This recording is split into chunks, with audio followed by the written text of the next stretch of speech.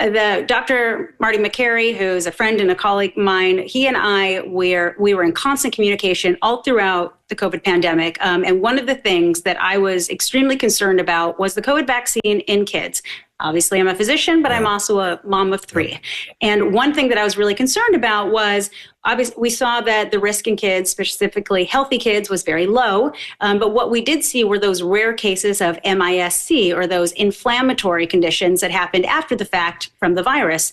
My concern was, if we are now giving them a vaccine, which is a high dose, which is meant to cause an inflammatory reaction, are we going to actually incite MIS-C in a healthy kid who probably wouldn't have even gotten it if they had gotten the infection?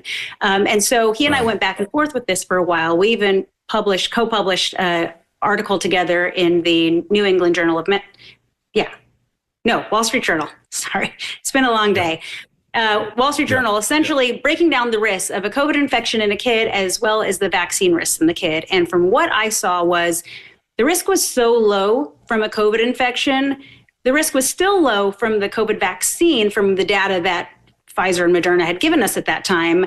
You know, it was probably equivocal, but if it's an equivocal risk, why would you risk it at all? Why wouldn't you just, we knew at that point everyone was going to be infected with the virus. So you might as well just go with that, have that risk. So I was always against vaccinating healthy young kids. I'm very happy to see at this point that they are removing it from the recommended vaccine schedule.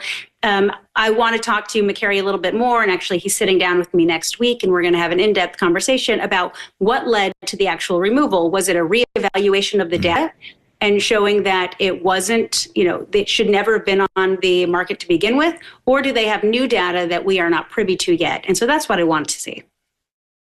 I think the myocarditis data has been elaborated, and the risk is much greater than we had been led to believe. And Pfizer. Truth be told, though, I think we had that data years ago.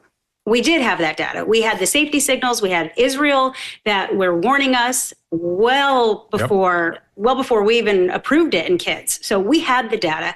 Why did it take so long? Is it just because an administration changed, or really did something new come up? And I think I know the answer to that, but I want to ask him.